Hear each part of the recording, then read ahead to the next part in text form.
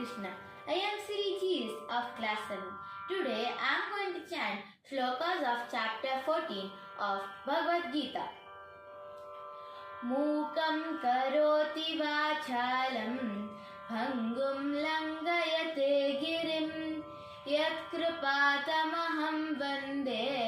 paramananda madhavam Shri Krishna Parabrahmane Namaha Srimad Bhagavad Gitasu Atha Chaturthodhyayah Gunatraya Vibhaga Yogaha Shri Bhagavanuvacha Param Bhuya Pravakshyami Jnananam Jnanamuttamam Yajñatva Munayas Sarve Param Siddhimito Gatah Idam Jnanamupashritya Mama Sadharmyamagatah Sargepi nopajayante Pralayena vetanti cha Mama yonirmahad brahma Tasmin garbham dadamyaham Sambhava sarvabhutanam Tatho bhavati bharata Sarvayonishu kaunteya Murthaya sambhavanti yaha Tasam brahma mahadyonihi Aham bijah pradah pita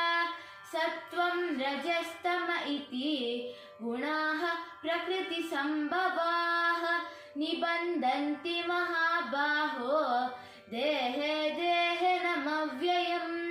Tatra sattvam nirmalatvat Prakashakamanamayam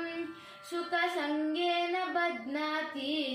Jnana sangena chanaga Rajo ragatmakam vidhi Trishna sanga samudbhavam Tanni badnati kaunteya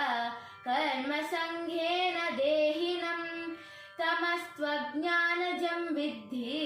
Mohanam sarvadehinam Pramadhalasya nidrabhi Stanni badnati bharata Sattvam shuke sanjayati Rajak karmani bharata Jnanamavritya tutamaha Pramadhe sanjayatyuta Rajastamaschaabhibhuya